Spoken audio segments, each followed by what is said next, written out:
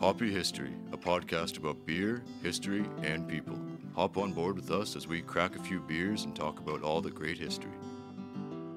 Welcome to Hoppy History, a podcast about beer and history. And don't forget, if you like our content, please subscribe and do like our YouTube page. Hopefully you're having a beer along with us. I'm David Schellenberg. Joining us in this episode is Andy Nita from Nita Brewery here in Ottawa. Hello, Andy. Hi, David. How are you? Sober, but we'll see how that goes over the next little bit. We want to talk today about beer gardens and the evolution, the history of beer gardens. And when we asked you, what do you want to talk about? You said beer gardens. So why do you want to talk about beer gardens? Well, it's something that when we came out with our first beer at Nita Beer, we had a hard time trying to come up with a name for a beer. Okay. And maybe we'll tell that story a little bit later as it falls into sort of our... But I got a little bit more interested in beer gardens after we had to sort of come up with a backstory to one of our more popular beers. Okay. But you've been to Germany as a kid, and you've seen this.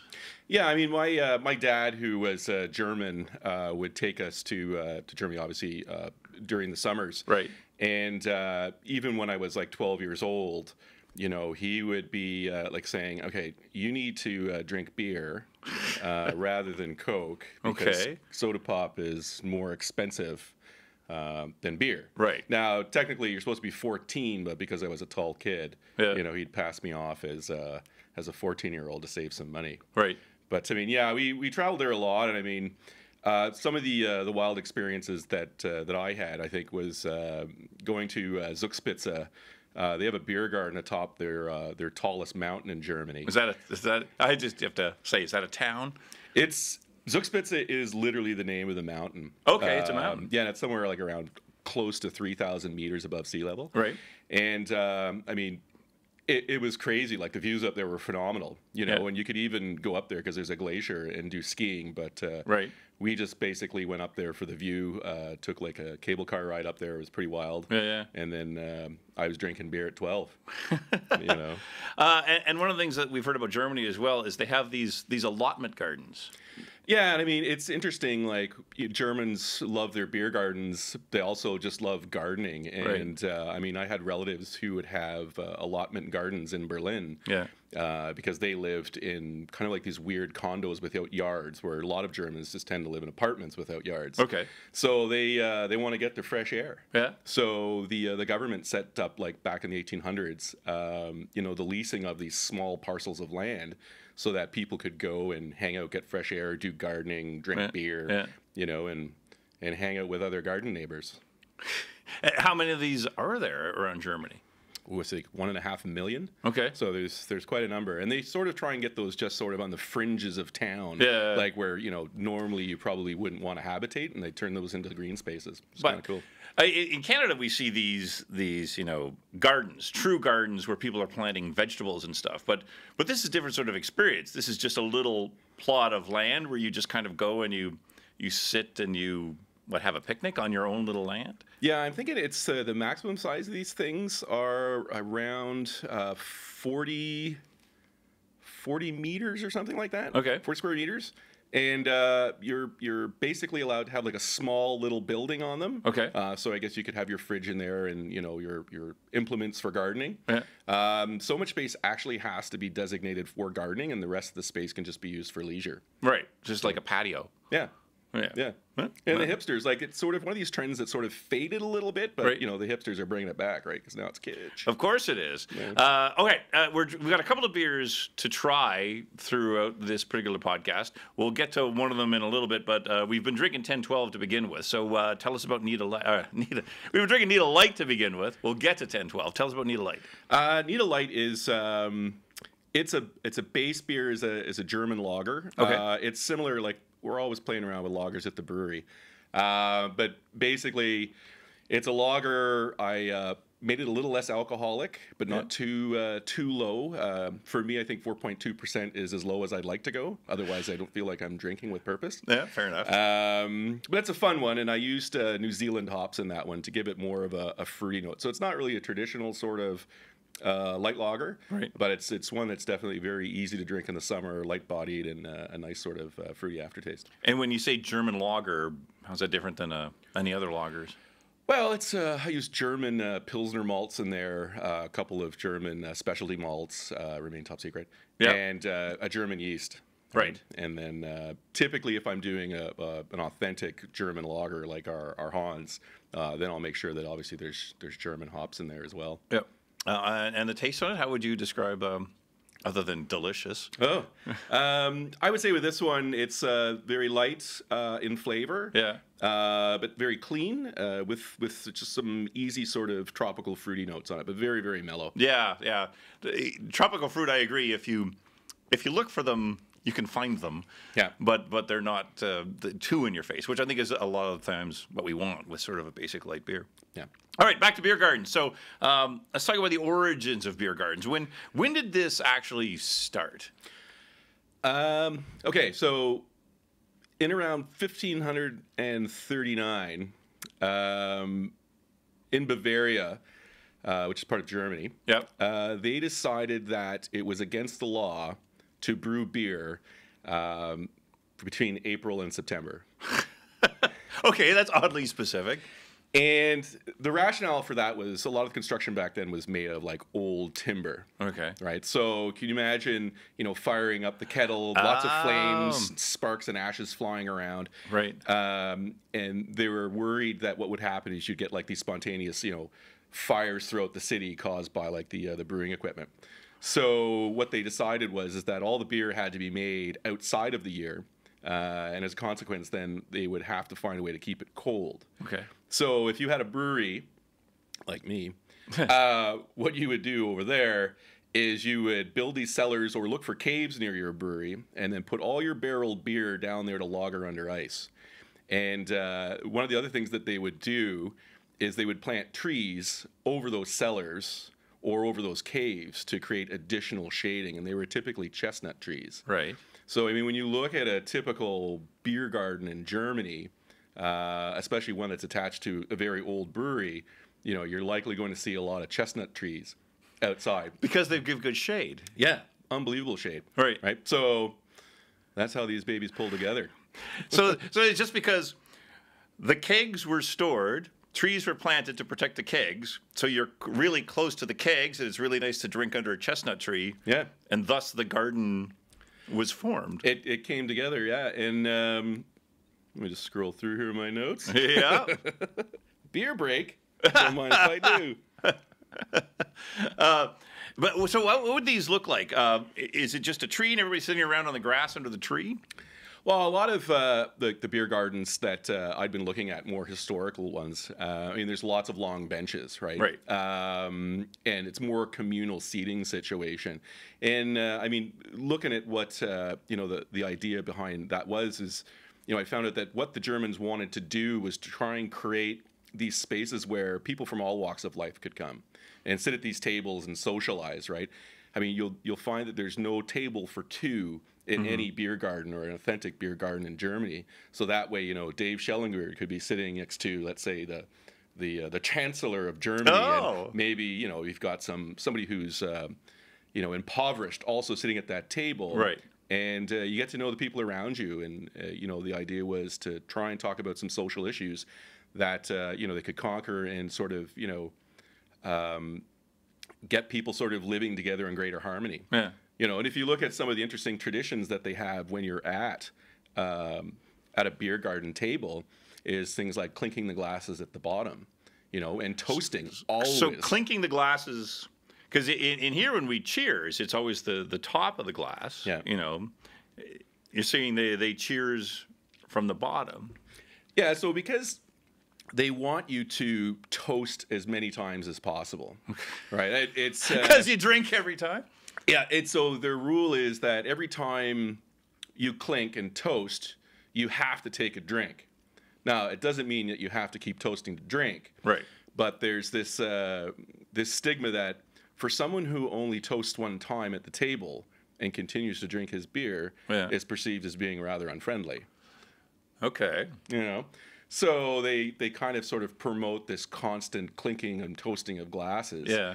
And I guess clinking at the bottom is probably a safer bet, especially after having a couple of 1 liter mugs is because the more you drink, probably the more fervent you are clinking these glasses. The bottom of the glass, I'd say that's accurate, yes, is stronger than the top of the glass. Ah, okay. That was the rationale. And when you're doing these toasts, are you literally toasting the cloud going over, the leaves and the chestnut tree and everything else? Well, it's a lot of what I'd sort of read on the topic was lively conversation. Right. And that could be a lot of things, right? Okay. So as lively as clouds are passing through the sky, Yeah. I say we toast to that too. Yeah. Look me in the eye. Why do I have to look you in the eye? Well, that's another thing. Like when you're toasting somebody Yeah. at one of these tables, you want to make sure that you're making eye contact. Now, there's this superstition that if you were to toast and not look someone in the eye, you'll have 7 years of bad sex. So you still have sex? Yeah, it just won't be any good. Well, okay, fair enough. We'll try that after the podcast. Which is interesting because in the French culture in Quebec, like when you cheers with wine glasses, it's also very much a tradition. You look somebody in the eye when you do it. So it's a similar sort of idea. Anything else with the tradition too? So generally, they don't want you to put your drink down after you're done toasting. Okay. Which is because anybody I know from, Atlantic Canada, from Eastern Canada, sort of has this tradition where you cheers and you clink the table and then you take a sip. Yeah, they want you to drink. You toast, you clink, Yeah. you drink, and then you set it down. Now, if you put your drink down after toasting without having a sip, Yeah. it invalidates the toast. You have to do it again. So Okay. really, everything at these beer gardens is just the promotion of like massive consumption of alcohol. Right. Which is amazing. It's absolutely fascinating, and even in Canadian culture, like I sort of think about you go to any festival, any farming event or something. Any community event. There's always a beer garden of some sort. Which the way you've described this, it might not be a chestnut tree, but it really sounds an awful lot like this same sort of idea. Is there an actual name for all this, the way the Germans did it? Well, they have a term that describes the essence of beer gardens, and it's called Gemütlichkeit. And what? It's Gemütlichkeit. Gemütlichkeit. Yeah, that's as good as that's going to come out of this mouth. Gemütlichkeit? Okay. Yeah. Oh, so you're not sure if you're saying it right either? Well, I mean, I did speak a little bit German when I was younger. I think I may have lost my accent because I don't often speak that language anymore. But when you stub your toe in the brewery, is that when some German comes out? Oh, dear. Okay. Yeah. Or Vixa or something like that, right? Those are the potty words that maybe the kids can Google up now and figure out what they mean. But it's kind of a word that sort of means like coziness, friendliness, contentment. And I mean, I get that, right? Because if you could be sitting in like this forest of chestnut trees, imbibing all day with friends and new friends you've made, I mean, that's a pretty good vibe, I think. Oh, I think and making new friends along the way as you go, and drinking good beer and having some fun, and a great place to network. A great place to network. Do we actually know where the first, let's call it official beer garden was ever done? Yeah, so the first official beer garden was declared in 1812 by Bavaria's King Maximilian I. Okay. And that was in Munich. And basically he ruled and said that this is allowable, right? And even though he's been doing it for hundreds of years. Yeah, but you know how politicians are, right? Yeah, oh yeah, that's true. And I mean, it's kind of wild, right? It's in Munich near their central station. It's one of the oldest, beer gardens in Germany. Yeah. And they still serve the beer out of wooden kegs, which is awesome. And every time they tap a new keg, they ring a bell, which is it's pretty cool. Okay, that's really cool. And is this still there? Yeah, I believe so. I actually checked that one out, and it's still there. And what's kind of interesting, I was alluding to earlier about, why I was interested in beer gardens for the brewery. Yeah. We came out with the 1012 beer, and, we didn't have a name for this beer. And this is the first beer that we'd ever had made at the brewery. And we were trying to come up with a name and drinking a fair amount of it. Well, you got to get the recipe right. That's it. And one of our investors, who's a good friend of mine, Shane, who's a police officer. Hello, Shane. And he said, man, we better just dial this back a little bit before I get at 1012. And I was like, well, what does that mean? And he's like, well, that's the police call for drunken public. And I was like, we just found ourselves a name, friends. Ah. And, you know, the next day I talked to my wife and I said, I think we found a name. And I kind of told her what 1012 meant. And immediately she panicked and said, we can't call it that because, I mean, we've just finished signing, you know, this agreement with the AGCO to get a license to manufacture beer that says that we're not going to promote excessive drinking. Yeah, that's a very big part of it. Why does anyone open a brewery? Right. You know, if it's not for that. Yeah. You know, not doing it to make money. I think wineries have the same joke. Yeah. Yeah. So, you know, my wife, you know, saw that I was pretty intent on not changing the name, and so went on the Google and found out that in the year 1012, there was the first historical record of there being a beer garden in Menterschwag, which is in the area of Munich, just on the south shores of the Isar River. Oh, well, there you go. So now that, when I was doing a little bit more research on that particular beer garden, because it's tied to the brewery, it's actually closed now. Oh, no. Finally closed. Right. So it was probably COVID. Well, let's take this as a beer break moment then and open up our 1012s. And carefully. So when you say 1012 is the first beer that you made, is this another German-inspired beer? No, at the time we were looking at making a beer that would just be easy drinking. Yeah. Still have a little bit of like character as well. Like this is more of a malty beverage. Yep. That's fun. That would have broad appeal, right? So what kind of beer is this? This is a blonde ale. Blonde ale. Yeah. Yeah. And how do you describe this one? It's really good, by the way. Thank you.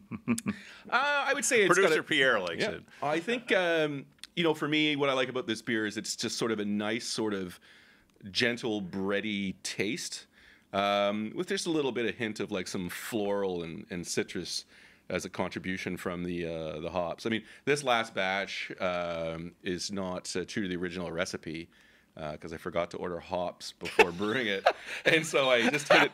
I hit it with a couple of more fruitier hops. Yeah. So, you know, but it worked out. It still tastes great. Oh, I don't think most people would know the difference. No, and I also think that's one of the fun things about craft breweries is there will be slight variations in all of it. And 1012 is one of the ones that I do find on tap at a fair amount of places around Ottawa as well.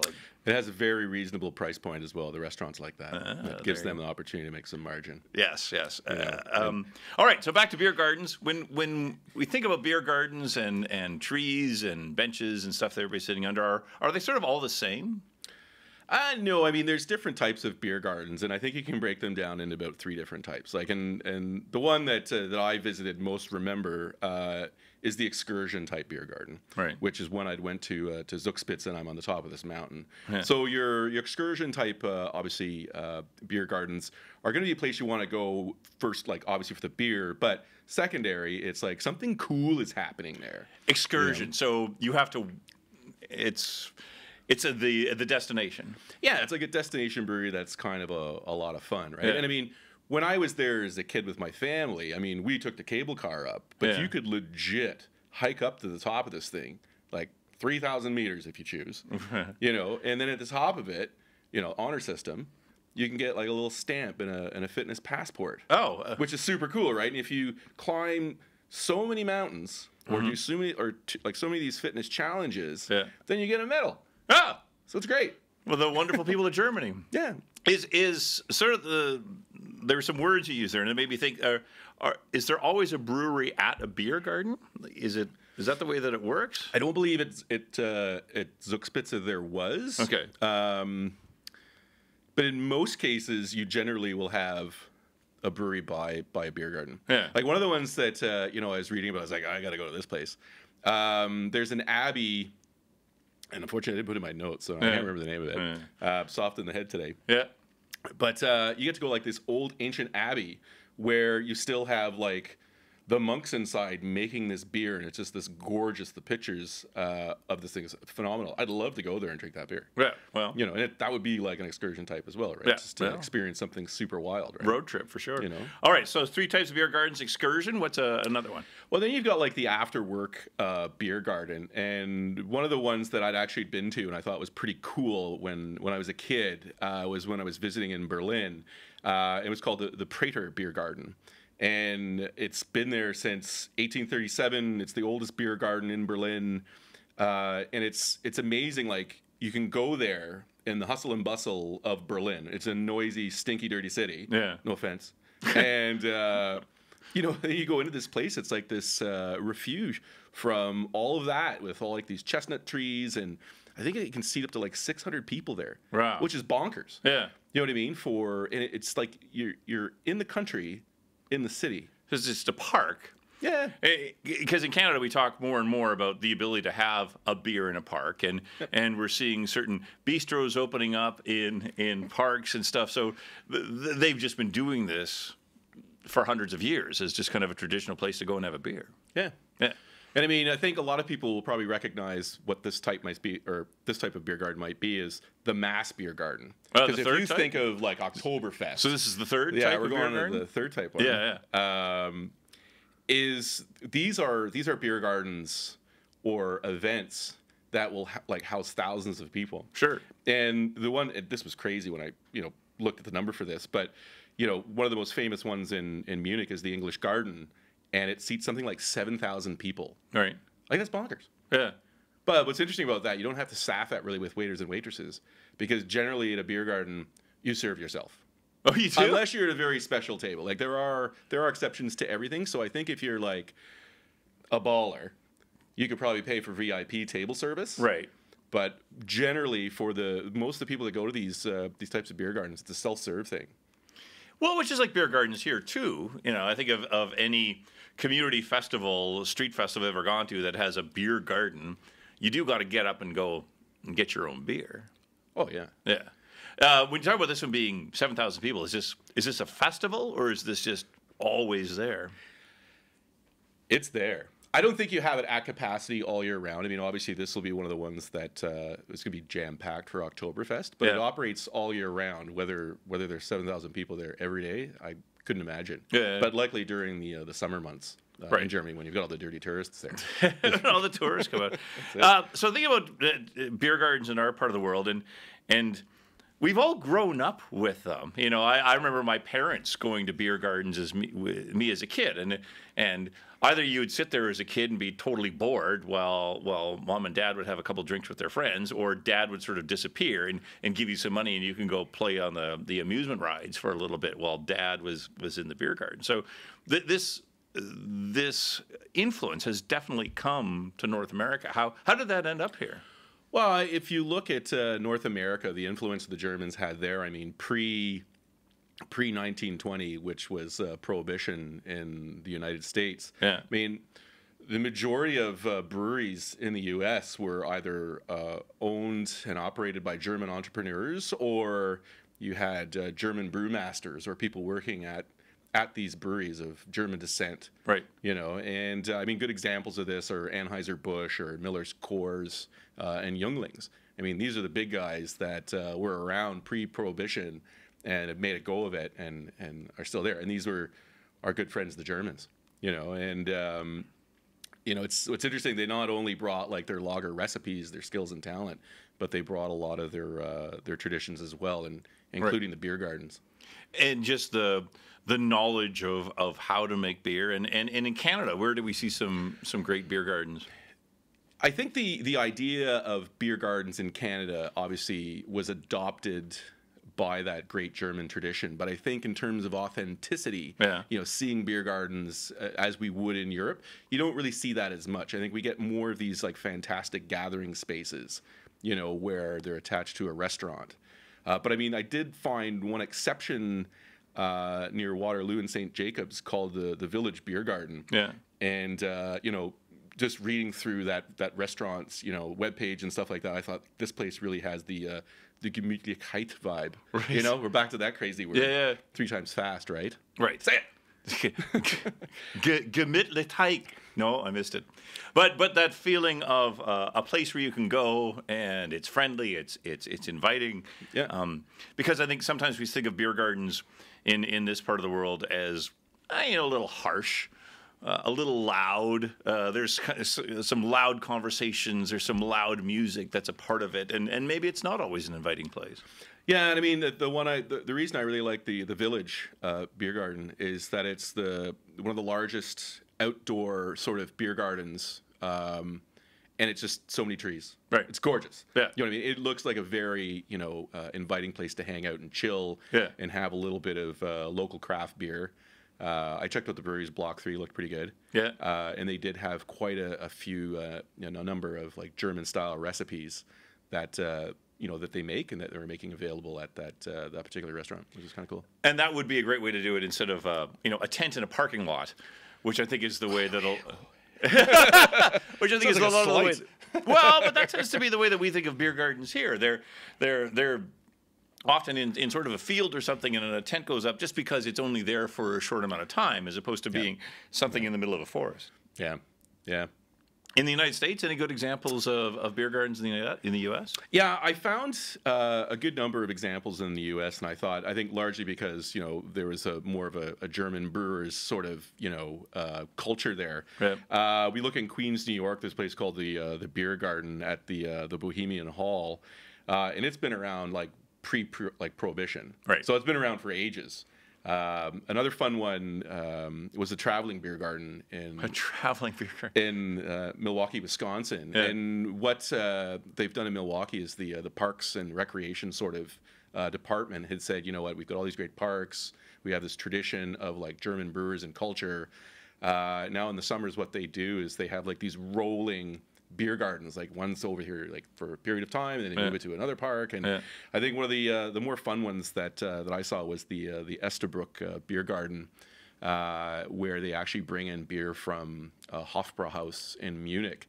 So it really gets it being a bit more sort of authentic in terms of that German vibe, German beer, the taste. Yeah. So I thought it was kind of neat. That'd be expensive to bring a whole bunch of beer over, I would think. When you could, especially when I think about the process for making beer, like, can't we do that here properly?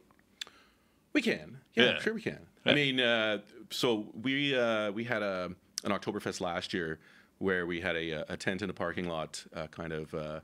Yes, I recall garden, it. Dave. Yeah, and I was there. I have the glass.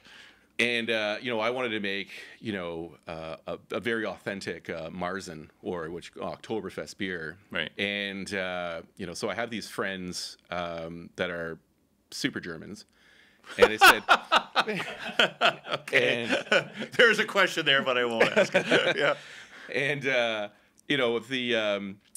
Ilsa, I think her sister knows a brewer at one of the more aged German breweries, and I kind of just said, like, just ask your sister to ask that guy if he's got a super awesome recipe he could share with me. Oh, nice. And a week later I got it. He's like, yeah, here, cool, have at it, right? And I mean, because fortunately, like, a lot of the grains that we do buy, specialty malts for the German products, we were actually buying from the same maltster in Germany that he was using. So it was basically just going to our importer and saying, I need this. Yeah. And it all came in, and I thought the beer just turned out fantastic. Yeah. Like I was super stoked with how that turned out. Yeah. The first three glasses were really good. Yeah, I know. Yeah. I don't remember how that ended. But any other examples of U.S. beer gardens before we wrap this up? Well, I was trying to think, like, where else outside of like the East Coast might there be some examples? And even in California, I found one called the Birdhouse Beer Garden in Union City. And it was pretty authentic. It was pretty awesome. Yeah. You know what I mean? And them trying to sort of get that Gemütlichkeit vibe. Yeah. I'm getting better the more that I say this. Well, right? The more you have a beer, too. Yeah, you're starting to look pretty good, too. Starting, please. Okay, so excellent examples. And you did mention your Oktoberfest. So you did one already. Is that going to be a regular thing now? Yeah, and we've committed to a date. September 23rd. So the grains, the ingredients have all been ordered, except the hops. So I got to remember to do that. It seems to be a theme at the brewery, right? And yeah, that'll go in the tank next week, and that'll give us at least 2 months, Right. for that beer to take shape. Just shake shape. And what also happened at the Oktoberfest?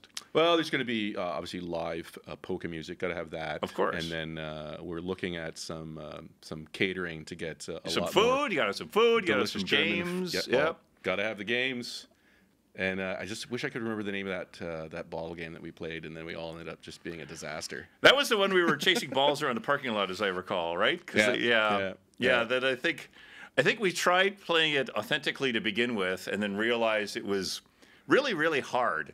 Yeah. And so we made it easier Those on tennis ourselves. balls were taken off in the parking lot. Yeah, that's an odd way to play a game.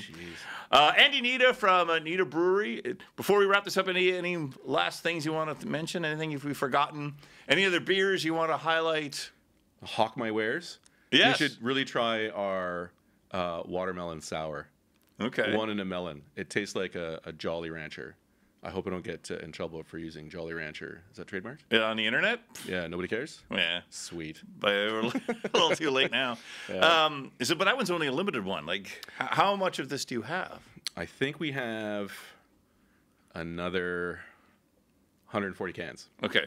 Not to say I can't make it again. I could. No, but I think that's also part of the fun of a brewery like yours is once it's gone, maybe it's gone. But if people go into the brewery, there'll be something else. Oh, always, yeah. I think right special. now we've got 12 different brands available. So, Okay. Some are small batch, obviously, to draw the people to the brewery, and then obviously we have our core brands and stuff. Core brands, yes. So, like the 1012s and the Nita Lights. Well, at least the 1012s. yeah, and come check out our small patio beer garden. That'd be great. It's got daylilies on it. It doesn't have chestnut trees. It doesn't have chestnut trees. Right. But it does have a retractable awning. So in case it rains, we can still get that beer garden vibe. Yes. No, I'm giggling because I remember taking it out of the truck. Yeah. I mean, unloaded part of that. This should be like one of these moments where I thank the taxpayers of Canada for purchasing that for me, because that was grant money too. Oh. Love it. Excellent. Well, Yeah. I think that came from the Ford government, though. That was a provincial grant. So. Oh, provincial grant? Yeah. All right. So Well, thank thank you. Thank you, Doug Ford. Andy Nita from Nita Brewery, thank you for enlightening us on the histories of beer gardens and chestnut trees. I honestly didn't know there was this much to know about beer gardens. I'm going to plant a chestnut tree when I go home now. Yeah. It's a special memory of it. Yeah, that's it. Yeah. All right, Andy, thank you. Thank you, Dave, for having me. I am David Schellenberg. Thank you, everybody, for watching Hoppy History.